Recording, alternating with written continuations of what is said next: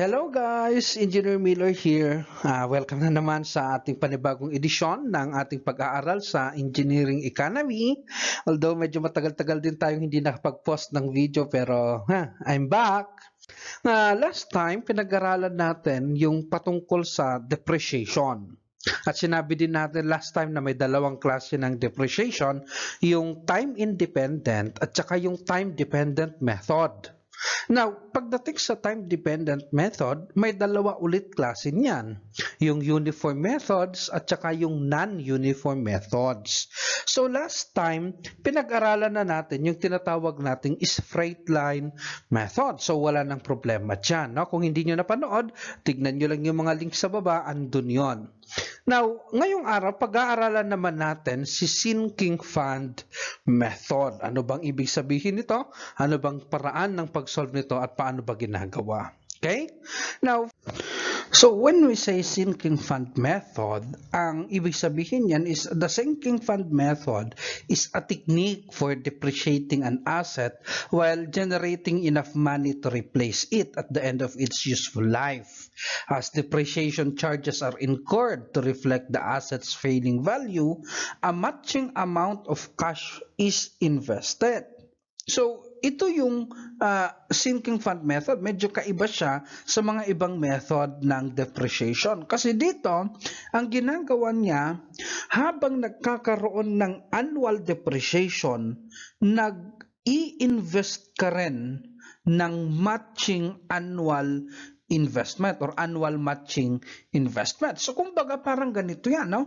So, yung annual depreciation, nagbibigay tayo ng matching annual investment. Okay? So, ano bang dahilan kung bakit ginagamit natin tong technique na to? Ang goal mo kasi dito is to replace the asset at the end of its economic life. So, yung total depreciation or yung total na binaba ng ating worth ng asset natin ay papalitan natin nung total investment natin. Okay? So, yung magiging equation mo dito is yung future ng iyong investment ay equal sa total depreciation at the end of its economic life. So, kung naaalala nyo, yung tinatawag nating annual investment, yun ay kung annual, pare-parehong year, pare-parehong investment at pare-parehong interval, ibig sabihin yun ay annuity. Naalala nyo yung formulang ito, no? F is equal to A times 1 plus I raised to N minus 1 over I. Yan ang formula ng future worth sa annuity. At sabi rin natin, dahil yung annual depreciation dito, itong sinking fund method ay uniform method. So yung annual depreciation D ay uniform. So since uniform, I siya rin ay annuity. Okay? So, yung formula niya ay parehas lang dito sa formula ng annuity. Kasi nga, annual depreciation equal to matching annual investment. Yung future worth sa annuity, pinapalitan natin ng DN or accumulated depreciation. Yung A doon sa annuity o yung annual annuity, yung ay katumbas ni D, which is depreciation charge or annual depreciation dito sa depreciation formula. Now, kapag yung D na malaki, N yung ilalim, DN, meaning total accumulated depreciation at the end of its economic life, kung N, yung power ni 1 plus I, N din. Kung DR, ang power ni 1 plus I ay R din. Okay? So, wag niyong kakalimutan yon, no? Now, let's try to apply this in this problem. Engineer Miller Group of Companies decided to acquire a new delivery truck costing 1,200,000 pesos. The said truck is projected to last for 12 years and at that point would cost 140,000 pesos. Find the book value at its 7th year of its if it is depreciated using sinking fund method at interest of 6.5%. So, kung titignan natin dito, yung given natin, meron binigay na first cost na 1,200,000. So, tatandaan natin yon. Now, para mailagay natin para ma-solve natin yung problem, ilagay natin siya sa cash flow diagram, no? Ayan. Dun sa 0 year, ilalagay natin si first cost, which sabi ng problem is 1.2 million or 1,200,000 first cost. And then, as time goes by, yung halaga or yung worth ng ating asset ay lumiliit, nagde-depreciate until a certain period N, which is tinatawag nating economic life. Ang worth na lang niya doon is salvage value, which in this case is 140,000 pesos. So kung titignan natin yung itsura ng cash flow diagram, pwede natin kumpletuhin yung rectangle na ganyan, no? And yung kulang doon sa taas ng salvage value, ang tawag natin doon is the accumulated depreciation at the end of its economic life, DN, which in this case is first cost minus salvage value, which is 1.06 million or 1,060,000 pesos. Now, at a certain period R, which is in this case 7, meron siyang worth.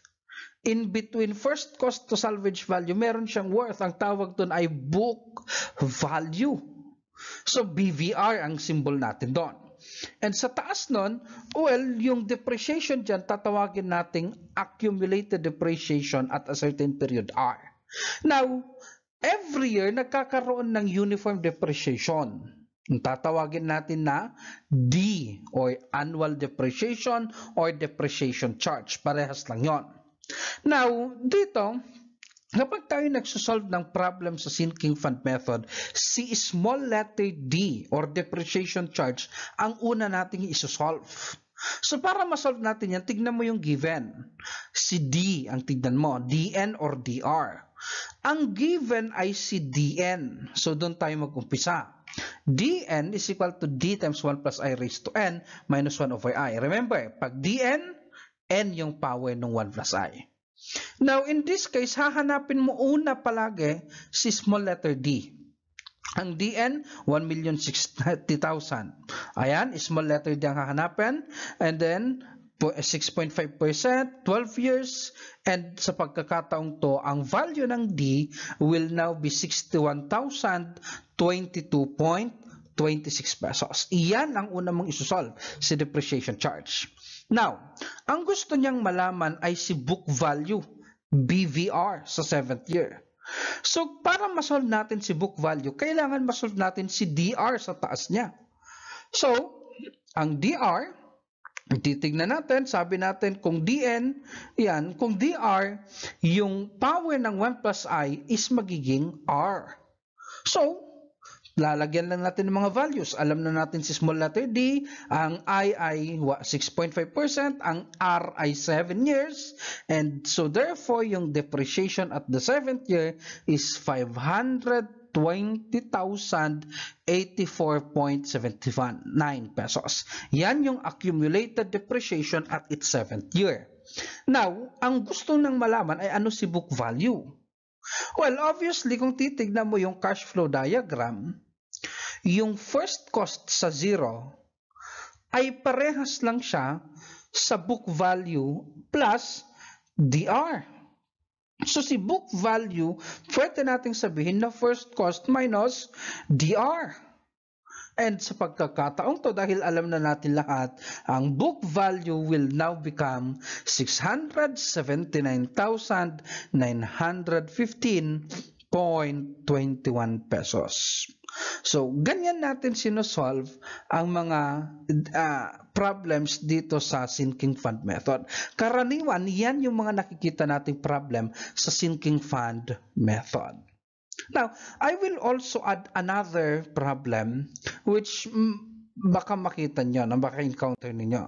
Kasi itong problem na to, binibigay niya yung diwa nitong sinking fund method. A machine initially costing 155,000 pesos is set to depreciate 20,000 pesos every year using sinking fund method. How much must be invested every year to replace the asset with a better but more expensive machine costing 250,000 pesos after 5 years at an annual rate of 5%? Okay? So dito, meron tayong condition. Yung atin daw machine initially ay nagko-cost ng 155,000. Ito yung current machine, yung meron tayong machine ngayon. Every year, nagde-depreciate siya ng 20,000 or 20K. So, yun yung annual depreciation. Ang sabi niya, itong machine na to, papalitan natin ng mas maganda, subalit mas mahal na machine sa ika-5 taon. So, therefore, para ma-solve natin kung magkano yung kailangan nating i-invest, syempre meron tayong current machine, sa dulo ng ika-5 taon, ibenta natin yung machine na to para idagdag natin dun sa naipon natin at makubibili natin yung machine na nagkakahalagang 250,000. So, ang unang gagawin natin, hanapin natin yung book value ng current machine na to sa ika-5 taon. Okay? So, ganito. Nakikita natin dito yung cash flow diagram and magiging madali na lang yung pag-solve natin ng book value nito kasi makikita na natin kompleto lahat. No? Okay, so para ma-solve natin si book value, kailangan natin si DR. Now, again, yung formula is D is equal to D times 1 plus I raised to R minus 1 over I. Kung DR, yung power ng 1 plus I, R. So, yung annual depreciation ay 20,000. Yung interest rate is 5%. 5 years ang pinag-uusapan. So, yung accumulated depreciation at its 5th year ay 110,512.63 pesos. Ngayon, gusto nating malaman yung book value at its 5th year. Sa 5th year, first cost minus DR, yan ay magiging 44,487.37 pesos. Now, bakit kinailangan nating isolve ito? Well, kasi itong current machine, papalitan natin ng mas mahal. O di ibenta natin itong machine na to at yung matitira na kulang pa, yun yung babayaran ng ating investment. So itong 44,000 na yan yung halaga if we sell the machine at its 5th year. This is its worth. Okay? So, kung yan yung worth niya, tignan natin yung kulang. Tignan natin yung replacing machine o yung replacement machine. Now, sabi, 5 years ang usapan, no? Sa 5th year, kailangan nating bilhin yung machine ng 250,000 pesos. Yun yung goal natin, mabili natin yon. Pero meron na tayong pinagbentahan nung dati nating machine, no? 44,487, yun yung book value kanina. Yung kulang, idadaan natin sa annual investments, which is every end of year. Ayan. So, para makuha natin kung ano yung kailangan nating invest na A every year, well, ilagay natin sa future. Alam natin yung future ng A is 1 plus I raised to N minus 1 over I. So, ayan.